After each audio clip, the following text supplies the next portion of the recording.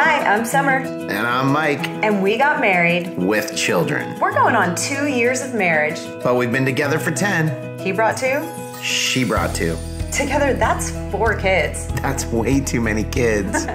And we want to share what works for us. And what doesn't. For step-parents, co-parents, marriage, being your best self, managing work, family, friends, health. We're going to talk about... everything. You ready, babe? Always. Hey guys, and welcome to another Everything Always episode. Mike and I today are interviewing a couple that a mutual friend introduced us to. In fact, when we started the podcast, our friend said, you have to meet this family. They are so cool. And trust me, they are, and you get to hear them and hear about the way that they do families. So blended families obviously already are not totally traditional and conventional, and they do things in an unconventional way, or they sound unconventional, but there's so much love and value and good stuff to learn from this family. And it actually shed a lot of insight for me, and I hope it does for other people too, in the way that you do family and how it's all so different, but nonetheless meaningful and loving. So I hope you guys enjoy this. The couple today we're interviewing are Aaron and Linnea Weichlinget, and I'm hoping I said it right. I think I did. I asked them ahead of time. Make sure I say your name correctly. Anyways, they're super awesome. We laugh. We talk about some real stuff that's going down when you're first meeting and there's kids involved and maybe you don't have kids. And we talk about what happens to kids when they have a new sibling that they didn't have before and all the different dynamics that go on with a blended family. And theirs is a unique, awesome story for you to learn from. Enjoy. All right. I'm really excited because today we have Aaron and Linnea joining us on the show. And actually, we got introduced to them because of a really good friend of ours who we were working on the Blended Family documentary with, Renee and Akira. And when Renee and Akira first heard that we were doing a podcast, she's like, oh my gosh, you have to meet this couple. They are just brilliant. They have a blended family. I know you guys are going to love each other. So I was like, they have to be on our show. And I just heard little tidbits, but I'm so excited that you guys are joining us today and we get to learn about your family. And I know it's one that's unconventional, which I guess most blended families are unconventional, aren't they? I don't think a single one is conventional. Yeah. Welcome, you guys. Thank you so much for being here. Thanks for having us. Thank you. We're glad to be here. Let's let our listeners know about you and how you all came together. Aaron and I, we've been together for 10 years. When I met Aaron, his children were very little. They were babies. So they've only ever known, dad with me, which has kind of been in our favor, I guess. They don't know, they don't know a past home life without me. So it's kind of made it easy, I guess, in a way for us to move forward in that way. So Brooklyn is now 11. Carter is 10, and we were married. We were together for 6 years before we had a child together, which was unplanned. We thought, I was thinking we were just going to parent the older two for the rest of our lives, and God surprised us with a third, which added a whole new element to our life. But, one of the reasons I said that we were a little bit unconventional, Summer, is because we travel a lot. So we're constantly on the road. We probably spend more evenings in hotels than we do at home. So it's kind of offered some challenges as far as co-parenting because we are super involved with our kids and we spend a lot of time with them, but we don't have the every other weekend kind of schedule. So we really have to work hard with our travel plans. And a lot of times the kids will meet us or we'll fly up there to get them and fly them with us. We've never, taken a vacation without them. They always are a part of everything. So we just work really hard, to keep them with us and to keep connected with them. So our schedule is, we'll see them every 3 or 4 weeks and we'll get them for about a week, 5 to 10 days, all of summer, usually all of winter. And we just really have a great situation in that. For instance, my grandfather passed away last last week in Chicago, and sorry to hear that. our daughter, our older kids, thank you. Our older kids wanted to come be with us. So we flew them down to Chicago last minute on a whim, and they got to spend time with grandfather before he passed away, and they were with us. So we're really fortunate that we've been able to build a great relationship with their mom so that we can do those last minute details like that. If we say, hey, we're going to be in Colorado in a couple of weeks, and we have to arrange flights for them to come meet us there, we're able to. So when I say unconventional, that's kind of it. We don't have like where we would have, we've got a week on, week off schedule, or it's like every Tuesday, Thursday, you've got, these kids. Yeah, you do have a unique situation, but it sounds so like you work it so well. Can you tell us a little bit more about the co-parenting situation and how that works in terms of how you deal with time? Yeah, well, I think one of the things that we skipped over is that we live in Mississippi and our two older kids live in Minnesota. We're between two different states also. So we're constantly flying on, not only for work, but whenever it's time to see them or them to see us. They're old enough now where they can fly unaccompanied. So we started flying them right into Jackson to come see us a lot of the times now instead of staying up in Minnesota and getting a hotel. We owned a house up in Minnesota for a while, and then we're just never there enough, and the kids are old enough to fly to us. So their mom's really flexible with us. She allows us to, kind of really be last minute, because that's the way as entrepreneurs, our business kind of dictates us being able to be flexible. And she's really awesome in accommodating us with that. And I think we work real well with that aspect. That is such a blessing, because Mike and I, being entrepreneurs, we know how that's something that can cause little rifts or one co-parent getting upset, because sometimes you can't be on a schedule, especially when you're an entrepreneur and you're traveling or things come up and you're like, oh, this is really important and I can't miss it. But it's also the time that I have my kids, or it's the time I'm supposed to, whatever it is. And it can cause some, what word am I looking for? Waves, maybe. Waves. There you go. That's a good way to put it. Waves. That's a nice way to put it. Yeah, it is. Was it always like that for you, or did you arrive at that? Yeah, it's always been like that for us. We went into the relationship and we've always just helped one another. I feel like we're more a big co-family than we are, because we just all work together for when she lost her mom a couple of years ago. And so we had to step up and, make sure that we were there more emotionally for the kids and physically. And so, we just kind of take care of one another, and we keep if there are issues between us as adults, the kids don't know about them. We just keep our adult issues to ourselves, and the kids want to be when they want to be with us, they get to be with us. When they are, are with mom, so they don't have to worry about any of that adult stuff. So I think we just, without saying it, like we never sat down and talked about it and said, this is how it's going to be. We just that's just kind of how the flow worked. Yeah. So, oh my gosh, that is so awesome and inspiring to hear, because I know there's a lot of families that don't have it that way. That's true. Remind me again the ages of all of the kids. So Brooklyn is 11, Carter is 10, and Scarlett is 4.5. And Scarlett is your daughter that you both between the two of you. Together, yeah. So when we met, I didn't have any children, and Aaron had his 2, which I just absolutely adopted as my own and loved them as my own. Of course, in the beginning, you have a couple of challenges, just trying to establish a new relationship between him and I. I feel like we've forgotten about, if there were challenges in the beginning, we just kind of got past them. It's just, just taking one mountain as we go, and working through everything. So, yeah, I think that the first few years were probably a little bit more rocky than the last, things kind of end up working themselves out. It's all good. Everything works out good. It's not saying that there's never ups and downs, but for the most part, I think we've done an awesome job, and we've been very blessed to have the situation that we do. It sounds like it. My husband just does a great job of just, making sure that those kids know that they are loved and that they are always welcome.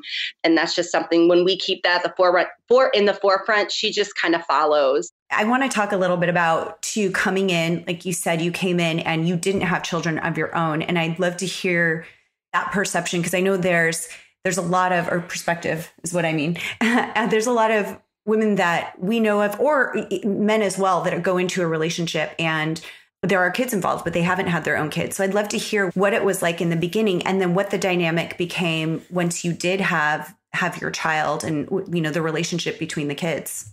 Yeah. It's funny when I look back now and I realize in the beginning that I was a little bit selfish. You don't understand if you don't have children of your own.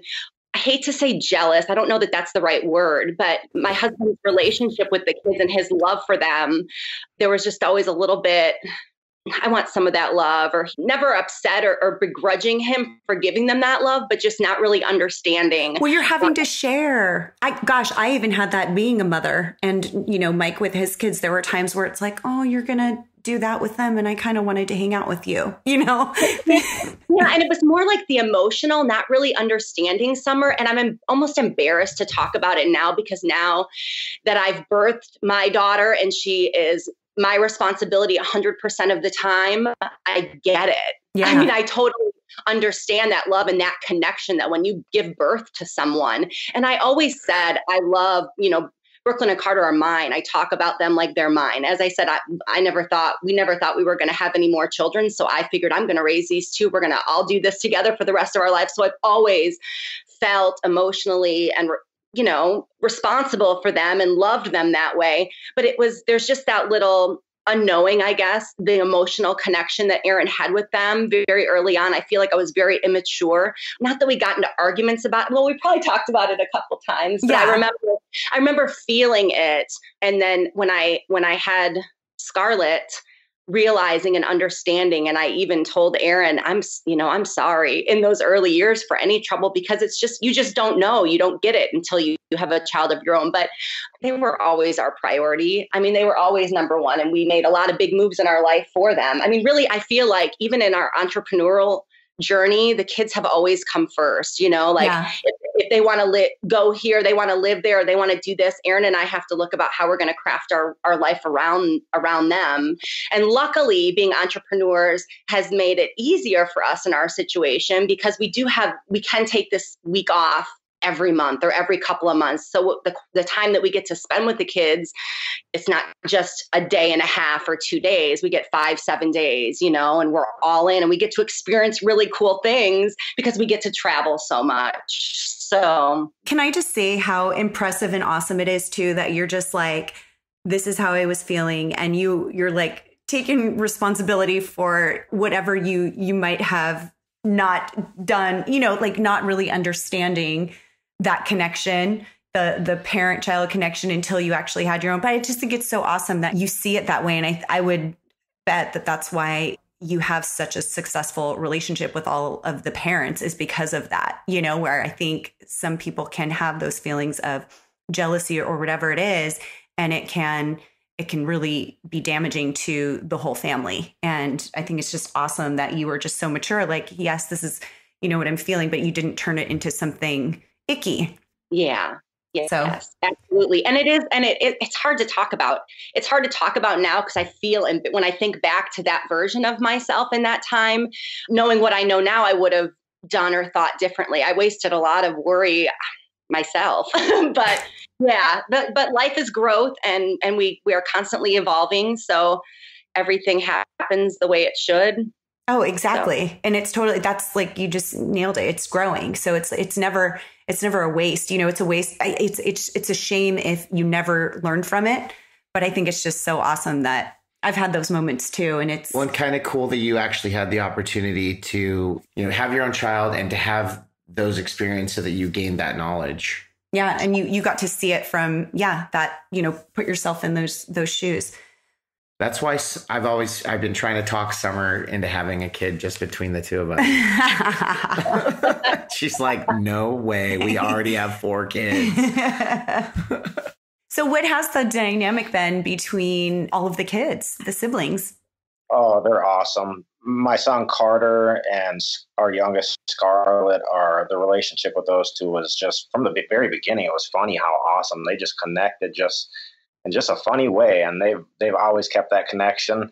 And Brooke, I mean, they're so good. I mean, we do a great job of keeping them in contact with each other through. It's so easy with technology these days, with FaceTime, and I mean, you can just, you feel like you're right there sometimes. So it's, we have so much contact with them that they all three love each other and no issues there yet. I'm sure once they get into teenage years, we might have a few more issues on our hands, but right now they're all fun and games. When they come and see dad, everybody wants to tackle dad. And my husband is very physical and just very affectionate with them. So it's like a competition for dad's lap and dad's arms. Yeah, I guess that is one of the biggest struggles is when they are, with us is trying to figure out how to give each one of them that time, because it is so funny because when we go and we're with them, like Linnea said, for like sometimes 5-10 days straight. And we kind of put work on hold during that time. We give 100% of our time to them. So it's not really they go and hang out with friends or anything. They're with Linnea and I 24/7 every single day for 5 to 10 days straight. And we just love each other and we just have so much fun with each other, play games, do whatever, and just try to soak up as much of that innocence and awesome quality time when they're this age. Yeah. And I think that's also, I'm glad that you brought that up because, when they're at their mom's house, Brooklyn goes and plays with her girlfriends and Carter goes off and plays with his boyfriends. And they don't really, they have their family time, but it's not as intense as it is with us. So it's offered them an opportunity to really build their own relationship when they're with us, because dad is like, hey, you got to love on your sister. You got to get along with her. Whereas at home, we kind of gauge that they do their own things. Like Aaron said, we just put all our time and attention on them. So it's not like they're up in their rooms. Really, we're with them and we give them a lot of attention and a lot of time when we're with them and just make the most of the time. Most of our time has really been in hotel rooms. So if you figure, you have 5 of us in one hotel room. So we're on top of each other and, we love it that way though.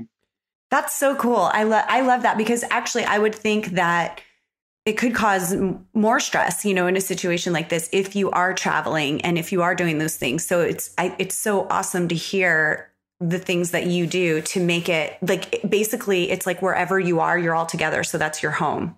Yeah. Yeah. And traveling was a part of our life before we had Scarlett together. Cause for our business, we'd been traveling for years and Scarlett flew up, falling asleep breastfeeding on the planes. That's how, how old was she? 2 months old or a month old on her first plane ride? Yeah. And probably been on, 100 flights since then. So, originally when they started flying, Carter was a little nervous. Brooklyn was all for it. Where we live now in Mississippi, you got to get a connecting flight from pretty much about anywhere. And the kids couldn't fly unaccompanied until they were, I think, 8. So we would have to drive 3 hours to pick them up at another airport so that they could just take that direct flight. And now they fly direct and they'll choose. They like flying, I think, better than driving. They're just so independent. So we're just so fortunate that they kind of run with the punches. In all of this, because I'm sure there had to have been some challenges in the beginning, especially when they were younger. What were some of those challenges that you faced and how did you overcome them? Or, did you have any of those moments where you're like, man, I really wish I would have done this a different way? Or something that you're like, gosh, I'm so stoked that we did it this way. I know. And there's a lot of that, it sounds like. But yeah, did you have those moments early on that were challenging? Yeah, I'm sure we had a ton of them. Probably too many to remember, really. Gosh, it's... when we started, our businesses were just rolling and we actually had a couple companies when the kids were really little and it was just so busy for us. I think if anything, Summer, looking back now and as they're now almost preteens, like we're already seeing them as adults, even though they're only 10 and 11, it's just like all of a sudden over the last couple of years, they've just matured and grown.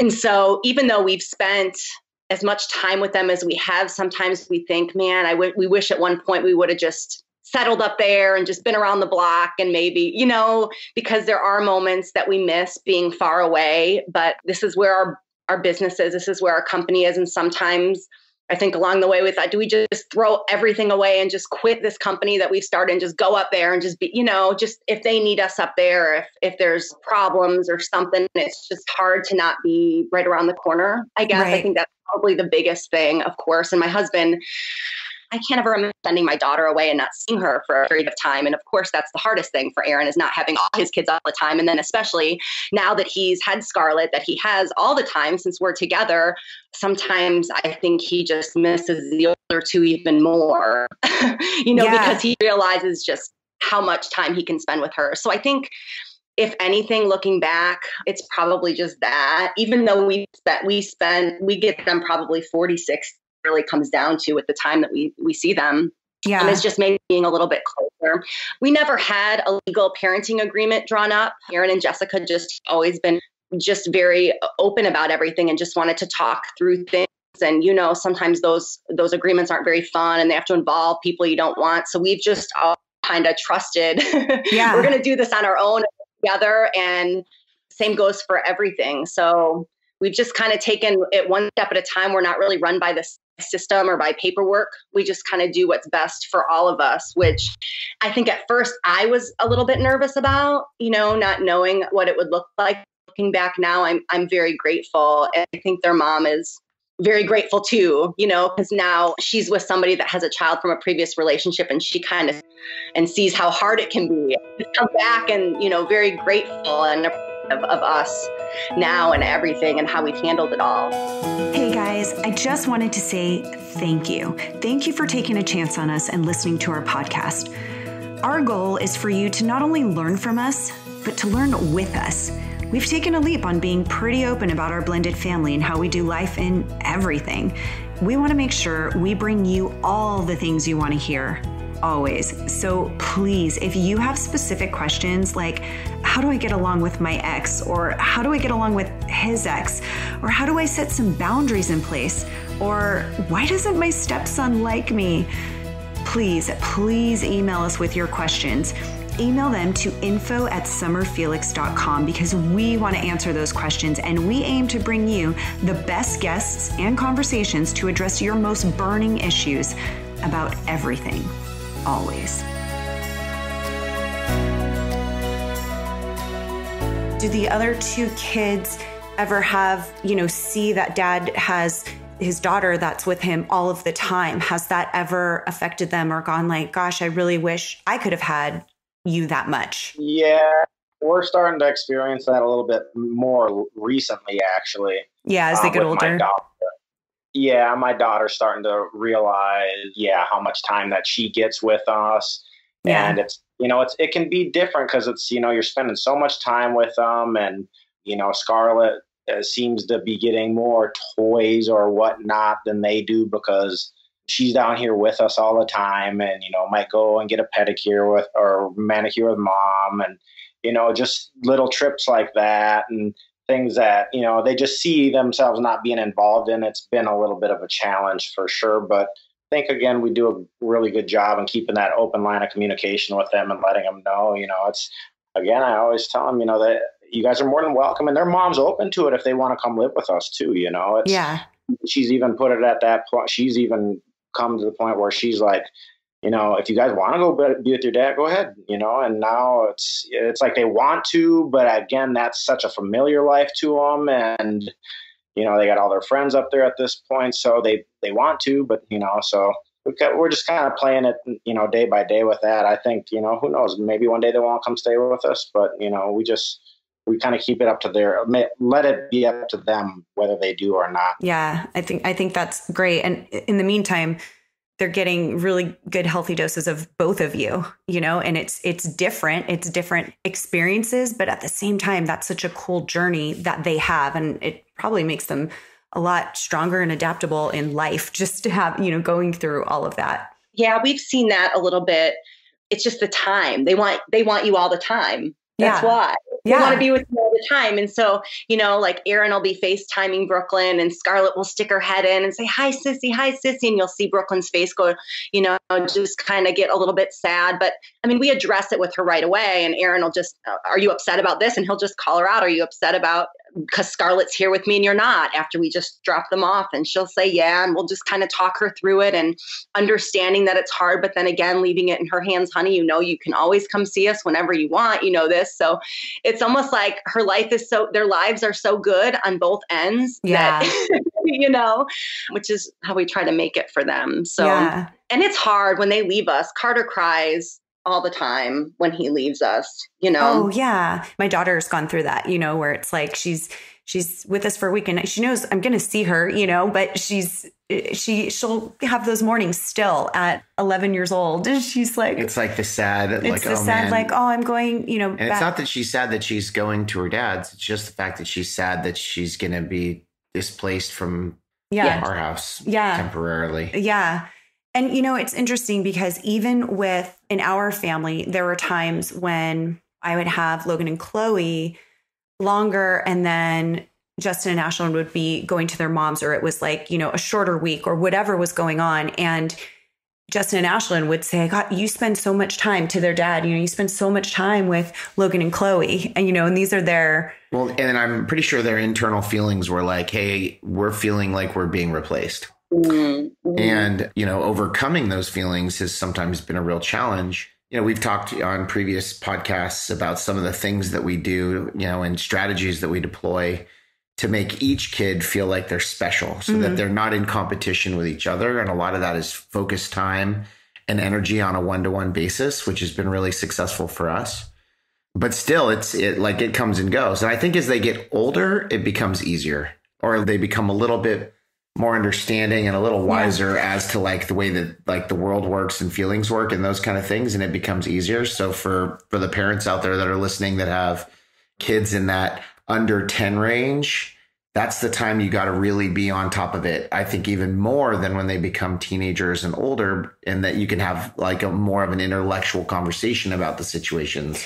But I love like what you guys are saying is that you recognize it and you call it out and you address it. Whereas I think for a lot of parents, and especially in a blended family situation, it's like, oh, that's too uncomfortable. I can tell that you're upset, but I'm just going to let you kind of deal with it. Whereas actually, calling out and going, hey, is this, are you feeling bothered by this? And because we are adults and we pretty much know why, and actually, saying, is it because of this, that feeling of acknowledgement for the child, like that alone just makes it so much better. Like you know what I mean? I've just seen that with our kids. Like when you call, you go, okay, are you feeling bad because, Summer took out Ashlyn for a mani-pedi and you didn't get to go?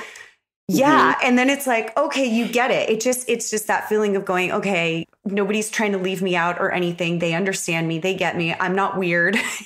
and that's just so important. And I think the more that you get to have that, the more connected you stay, even when you are not together, Mm-hmm.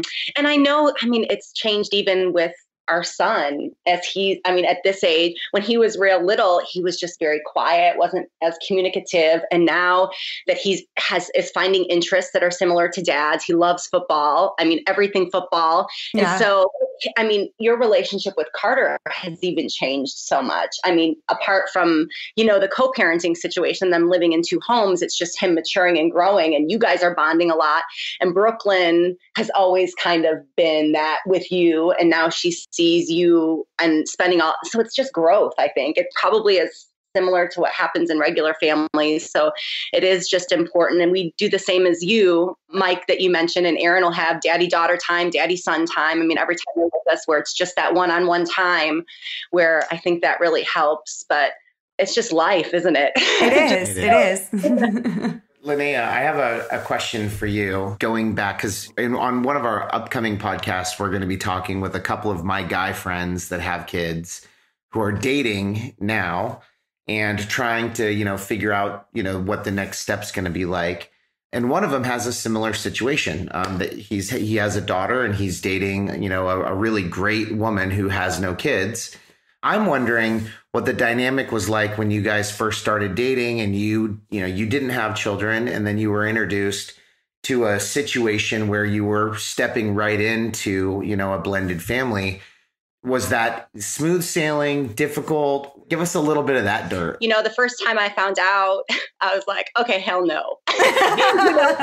To be honest, I was like, and we got together and then we were apart for quite a few months, 7-8 months. And Aaron was trying to figure out that situation because his children were still very young, and working on that situation with his kid's mom, and then came back and just laid it all out on the table for me. And I was like, well, no, No, I mean, not just one, but two, and not just two, but they're babies. And, what's your relationship with the ex?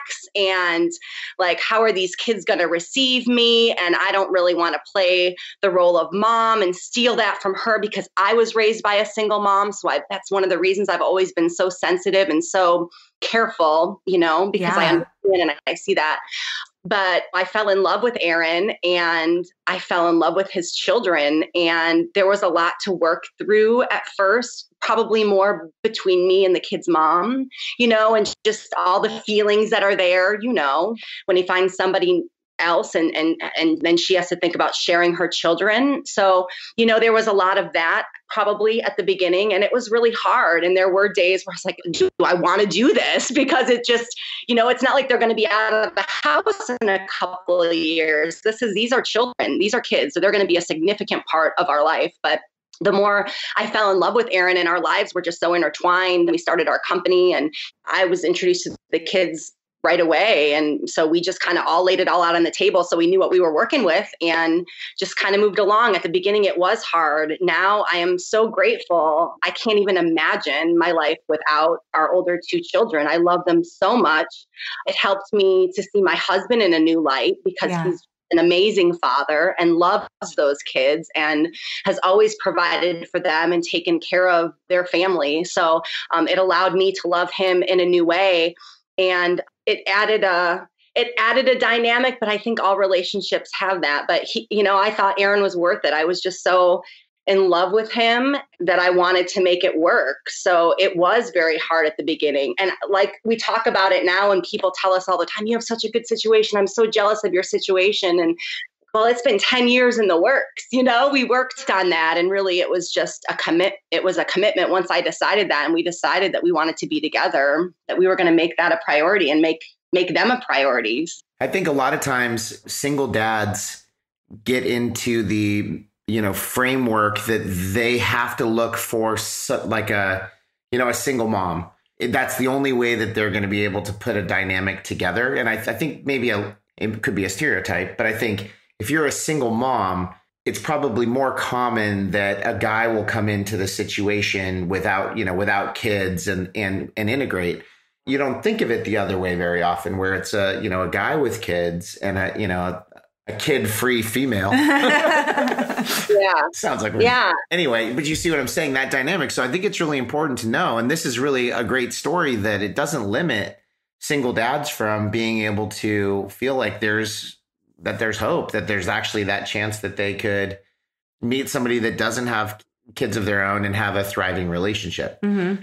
I mean, I always kind of just took on the role that I'm just going to be an extension of their dad when they're with us. I mean, very early on, I think I wanted to dig throw my whole self into it, but not being a mom myself, not really even knowing, I just was there to love them and take care of them when they were with us. And, their mom told me what needed to be done as far as, diapers and what food and all that kind of stuff, and just kind of helped me, through all that. But I did go into it feeling kind of ill-equipped because I didn't have that experience. But I mean, it came very naturally to me and I rose to the challenge. I think when you come into a situation and you're a female, and if you are like, I was a mother, so it was like, okay, I know what to do with these kids, and I think there was some trust with Justin and Ashlyn's mom, knowing like, okay, well, she's a mother, she's a good mom, like they're in good hands. It's all good.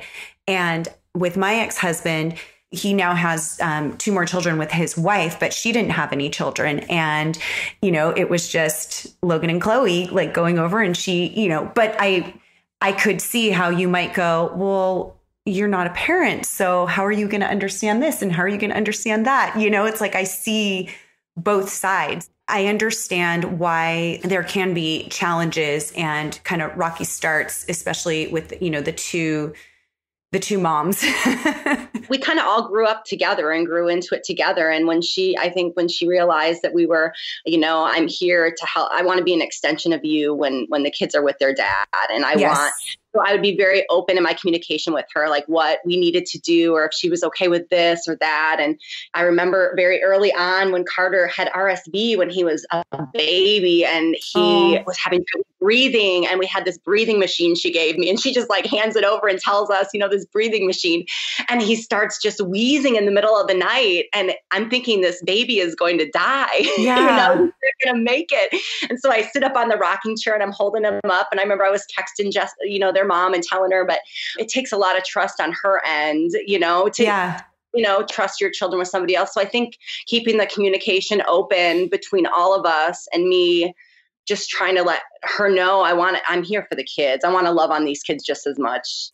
I think the moral of the story too is like when it comes to the kids, like really being a team. Yeah. And it's not always possible, but even if it's not, if there's, there's disagreements or things like that, if as much as you can, just keep it about the kids. And like you said earlier, the adults, if there is anything going on, you keep it between the adults. You don't need to bring the kids in. But what I hear and what I love with what you guys have done is that it seems like everybody involved, all the parents involved, have that team mindset. Like, we are here, we're all parents, we're all here so that you guys can have this awesome experience. And we are unconventional, but that doesn't mean it's any less beautiful, Thank you. Well, you guys, I'm so happy that we got to really meet outside of, some text messages and emails. I'm so happy Renee connected us and we got to learn about you here, like with everyone, with all of our listeners, and that they got to learn about you too, because there's so much insight. And my hope is that people listening are hearing and going, oh yeah, there doesn't have to be just one right way. Like, love is love. And love is done in so many different ways. And it doesn't have to be a tight schedule or any of those things, like you do what works for your family. And you guys have really found that. And you guys continue to learn how to do that because we all keep growing and evolving. And you're just a very beautiful example of blended family. Absolutely. Thanks, you guys. Thank you so much. Hey guys, thanks so much for listening to our podcast. You know what they say, if you can't find what you're looking for, then you need to create it. So that's what we did. Yep, I scoured the internet and looked for the tribe that spoke to me, and I just couldn't find the community that was raw, vulnerable, and really wanting to make a change to the millions of families like ours. So I decided to create it. It took about one conversation for my husband to say, I'm in, and here we are. But it takes listeners like you to keep it alive. So please, if you like this, write a review, take a screenshot, share it on your social media. Tell people, it means the world to us. Remember to email us. We would love to hear from you. And please share this with someone you love. And be bold enough to share it with someone that you don't.